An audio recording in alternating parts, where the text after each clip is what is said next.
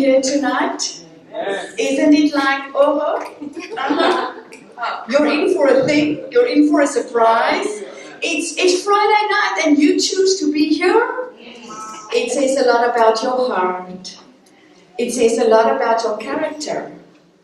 It says a lot about your commitment to your relationship. Whether you're on your way to marriage or stuck in the marriage. So first, on a Friday night, we used to play games when I grew up. And we're not going to play darts tonight, because that's what I used to do. We're not going to play cards. We're going to have a lot of fun. I want to ask 2 married couples to come to the front. Is there enough married couples here tonight? Bianca en jou man, kom. Kom, trek je schoen uit, want anders ben je val. Pastor Jay, then I think it's you and your wife. Is it the only couples, the married couples here tonight? Bianca and who's next? The other couple are you with a blonde girl and you're not married. Oh, come. Pastor Jay, sit down. Yes. Come. You're going to be very surprised at the end. You two stand here. Bianca, jy en jou liefie aan hierdie kant.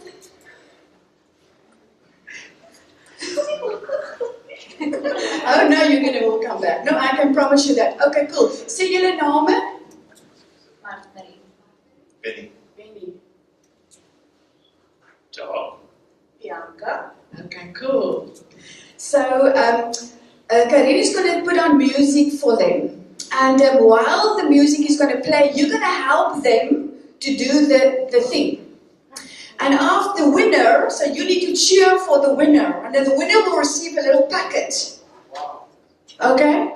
But you will not be able to see what's in the packet, because one of these 2 girls are going to take this packet back home tonight. And they may only dress themselves with what's in this packet.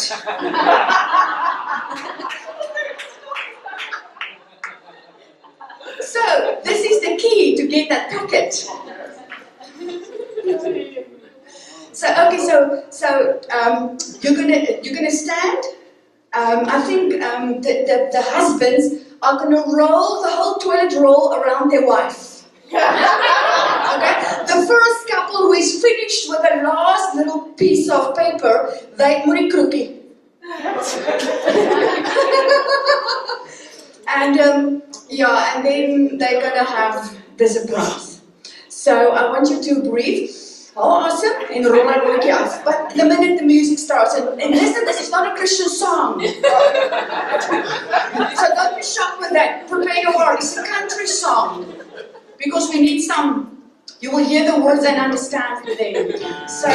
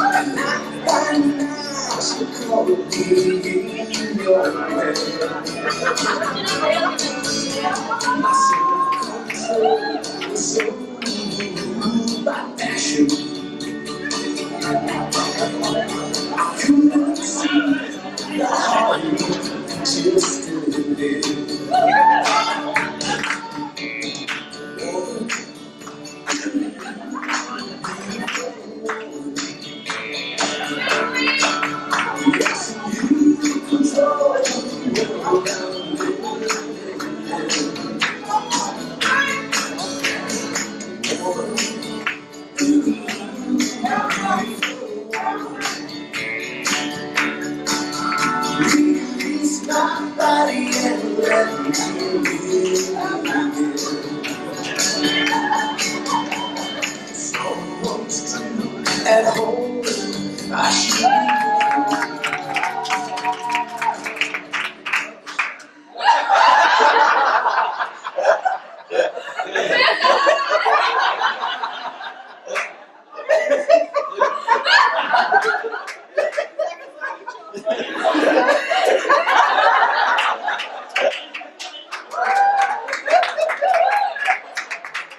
Okay, now the big trick is you need to turn it again on the little roll. Well done. For the fun of it, you also have it, but don't wear it.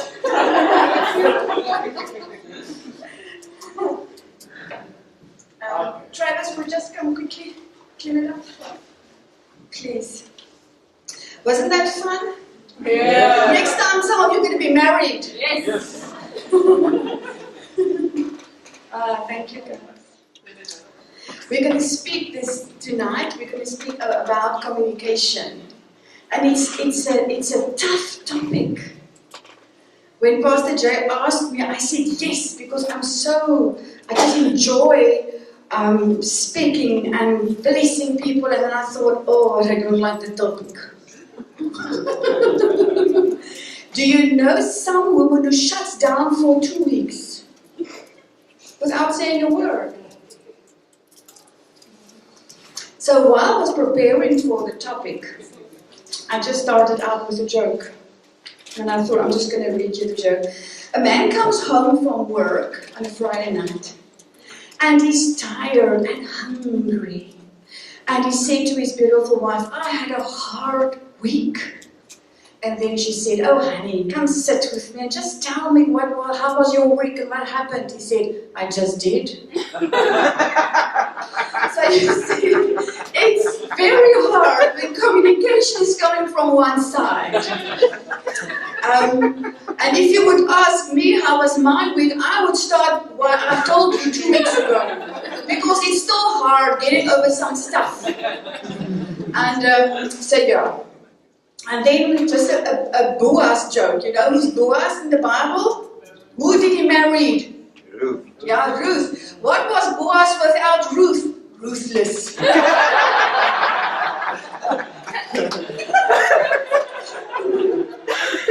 Okay.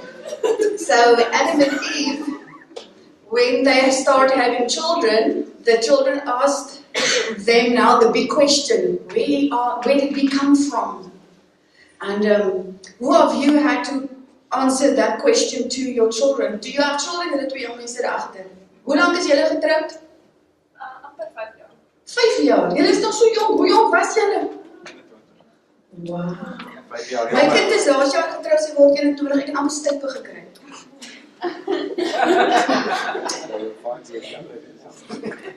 Hy opbekkie jou so klein, nou so'n 'n man hy bek.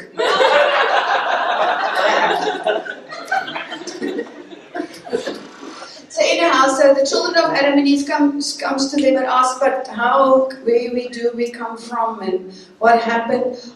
Joshua and Kathleen.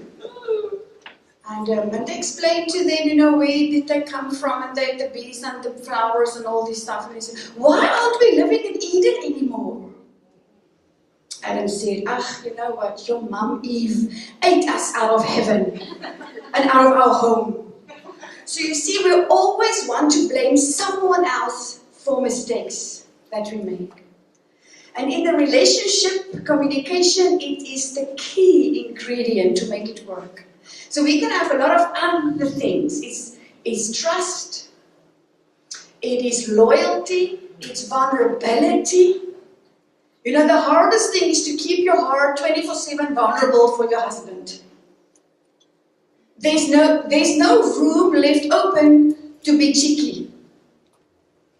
So you have to have the attitude in your heart to give everything to your husband in the relationship, in the marriage. And the guys and the girls that are on your way to commit yourself for the rest of your life for your partner, the wife or the husband, the boy or the girl, you have to count the cost before you engage in a relationship. It's hard work. You need to commit with your heart. And you need to always give. Never, ever in your life, wait for something to return your way. It will come. There's always a saying that says that if I want to be a friend, have a friend, be a friend. If I want to have a good communication relationship, give communication. We're going to now have the interview with Deva, and then you will hear the communication. Most of the times he just look at me with his eyes. And then he says a lot. Without sound. There's another thing I'm gonna pass it in the lines, but I'm just gonna. Oh, where's that one? It says my wife gives me sound advice. That's me. I give him sound advice. 99% sound and 1% advice. So you see sound advice. And have you ever felt, Pastor Jay, that when I'm going to say it anyway, when she doesn't stop talking, your mind switch off. It's It's not only in our house that happens. You see, always speak the truth in the house of the Lord.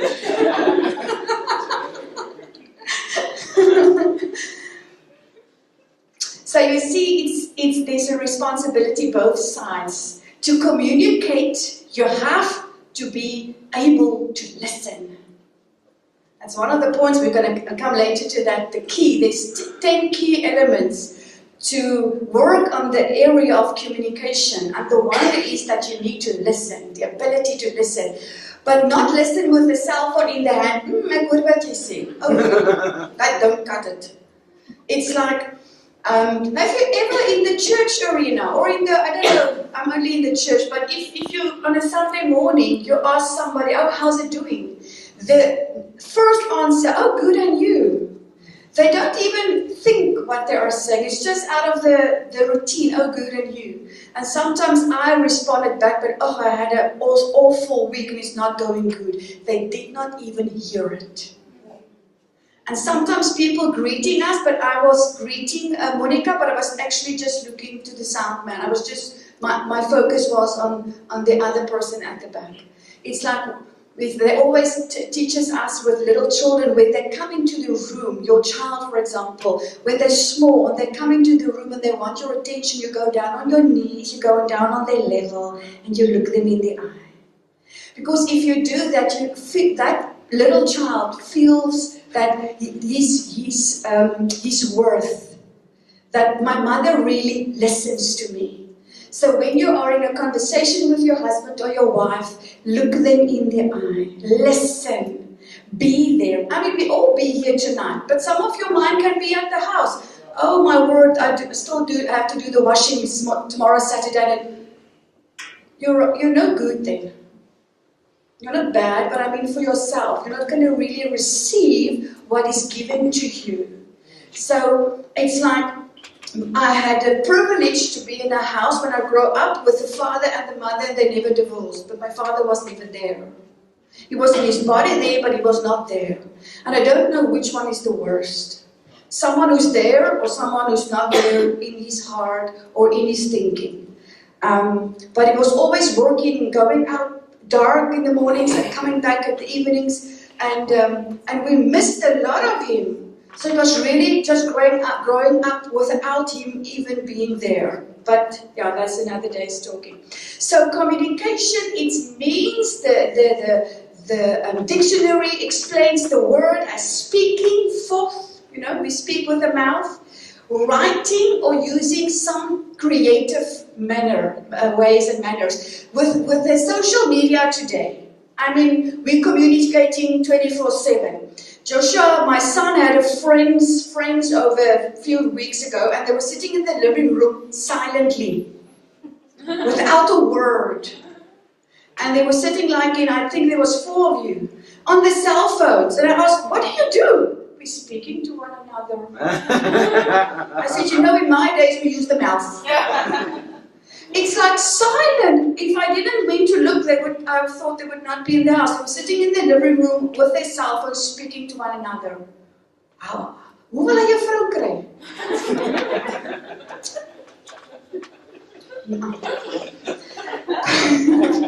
So there's many ways that you can have communication. There is the Twitter, the Facebook, and what's the other thing? Travis, help me. Instagram. Because Travis is on Instagram. You know, I shut Facebook down. Not because they can get all your personal details and throw it into the cloud. Because Joshua said to me the other day, you know, Mom, most Facebook users are over 40 plus. He said it to me. The statistic shows that people over 40 and up, they're using Facebook.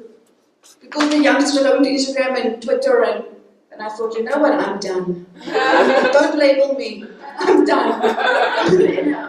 I do have more time on my hands now, not sitting in front of the computer. But I missed a lot of things as well. So then I need to ask Travis, how's Facebook doing? Do they like our thingies? So yeah. There was a couple, a married couple, say for example, Benny, this was Benny. Your vrou, sê hoe Mark. They were on 5 years ago. Can you believe it? They were on their honeymoon. And then they come back from honeymoon and the mother phoned Mark and said, Mark Marie, how was your honeymoon? How was the vacation? Tell me everything. You know, we do that with our moms. And then she was sobbing and crying. She said, you need to come fetch me now. Because this whole week was so nice. But now on our way back, he started to speak the 4-letter words. It was like awful. It was like horrific. I never heard these words spoken to me before. And her mom is a bit upset. And he said, Margaret, but what words was Penny speaking? Explain to me. No, please just come fetch me. I cannot take it anymore. And then as they arrived home, the mom phoned again and says, are you serious? Yes, Mom. He spoke the 4 ugliest words, but tell me. Okay, I will, but she's sobbing by now.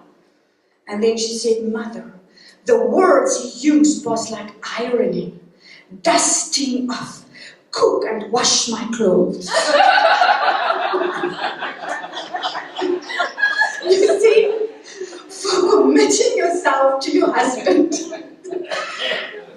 Draai Benny na haar toe en vra, is dit so? 5 years later, I'm joking. Ek ken hulle glad, ek het hulle vanaand ontmoet. So I'm just joking. But you see, when you're committed to your relationship, to the marriage, there's things that needs to be done. And nowadays, the men are luckily so awesome. They also do the ironing when they see all the shirts in the washing. They also do the washing of the dishes. They help. It's not like when my parents, when I was in the home and my mom did everything. So the changes with our society, it brought also some good stuff. Right? Many fathers you see today with the prams, taking the children on little strolls. I mean, that's so beautiful. But that's just part of it. But back to the word communication. You have to count the cost. It's so important. It's like not everything in your relationship is going to feel like a 13-year honeymoon. Because life happens to us and we have obstacles and we have difficulties that we need to overcome in our individuality, in our own person. And then you put 2 different people together. And then you need to bring them into communication. I mean, when you first started to date Monica, you couldn't keep your eyes off of her. You want to see her every day. You want to speak to her every day. And she with you. But after a few years, it feels like I'm saying the same thing over and over. You don't hear me anymore. You see, because we get so used to one another. We go from the place of, I would love to do that for you. I would liever for you do.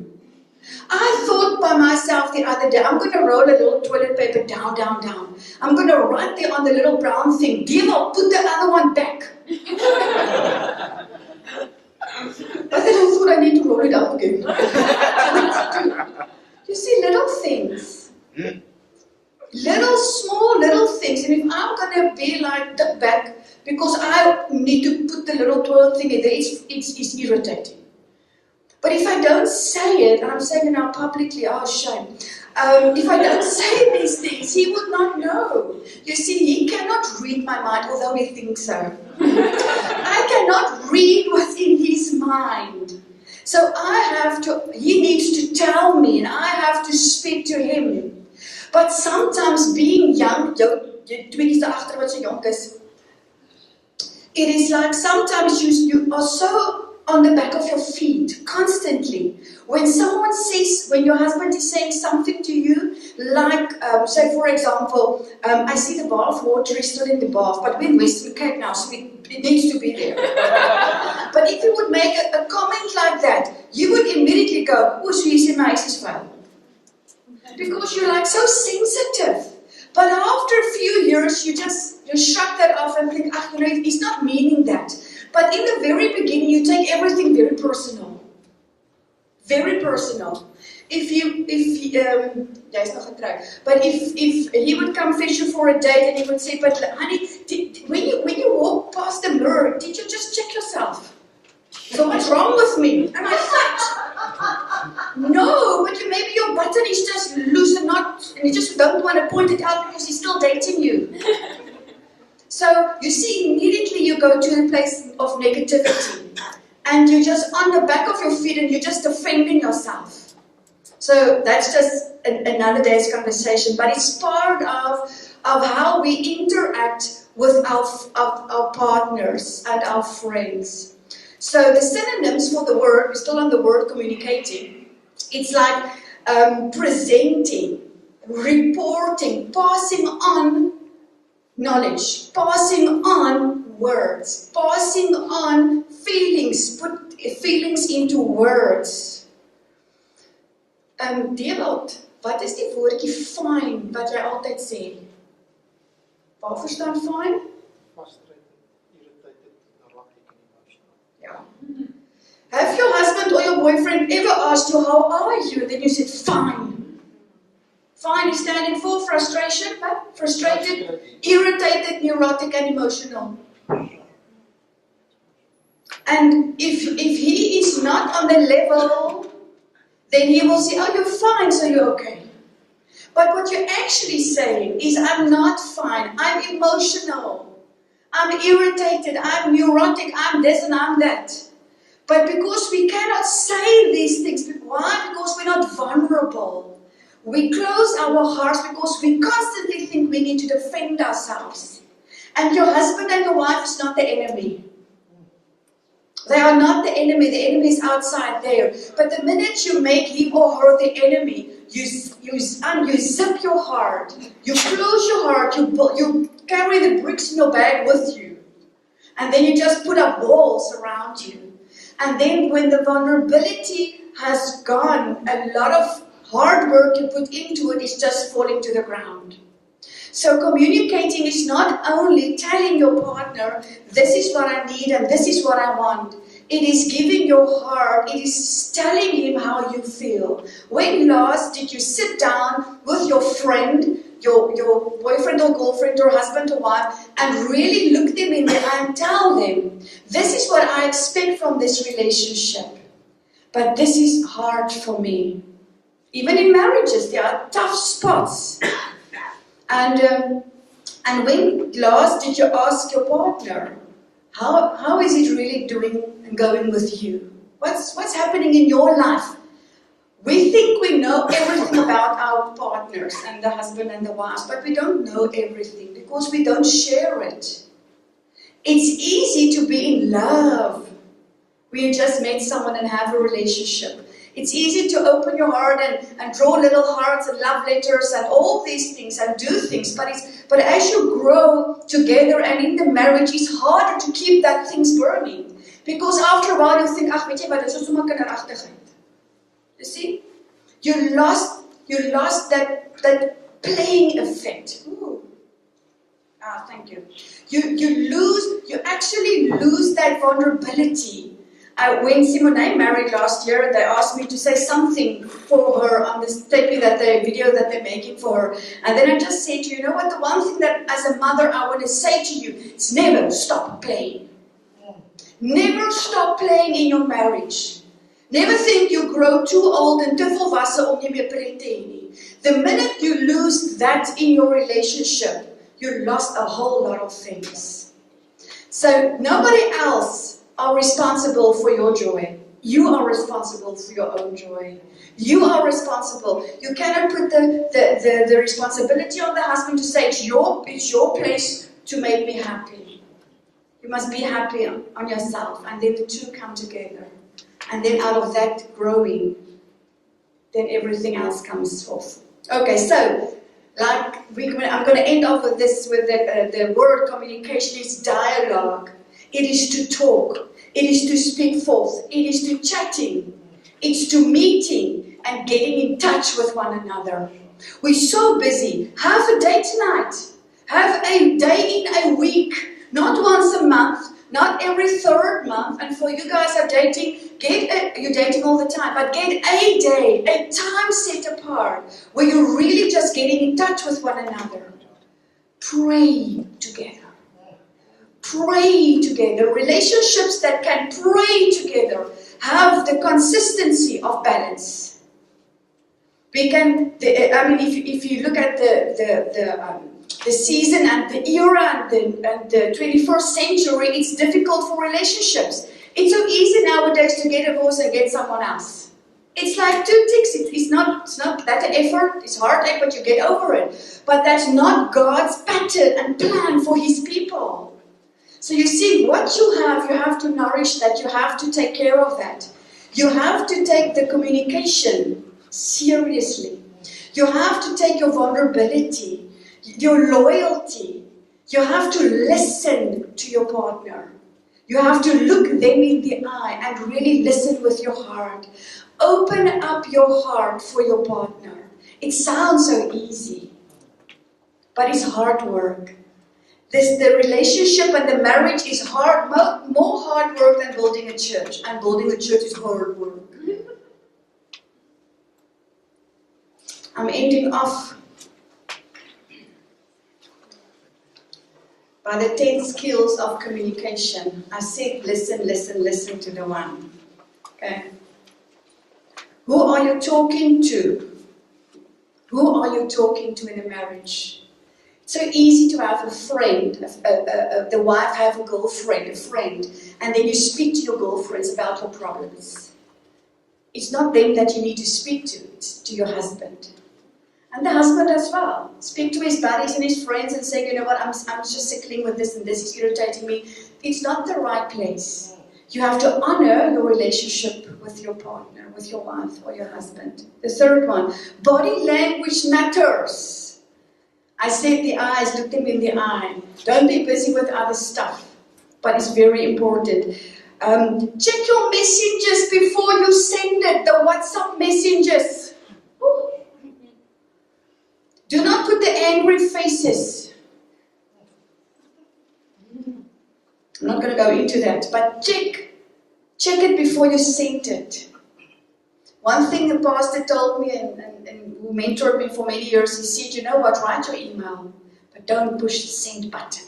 Sleep then over it. And if you feel tomorrow morning still you have to send it, send it. I write thousands of those emails and I've never sent one of them. Be brief and yet specific. Do you know that the woman has the capability of going on and on and on and on and on, and tomorrow night we can still go on and on and on? And in the month's time, we have still the ability to remember everything and still speak about it. So when there's an issue, a man is like this, he's got a cupboard. And I was like, likeys. And once that like is toegedruk, you'll never get that out again. So when there's an issue, you discuss it, but be to the point, be specific.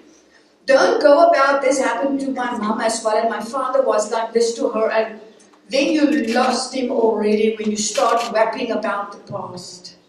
And it's so difficult for us not going back there. For the women. Write things down that you want to discuss with him. Write it down so that you can stay to the point. Sometimes it's better to pick up the phone.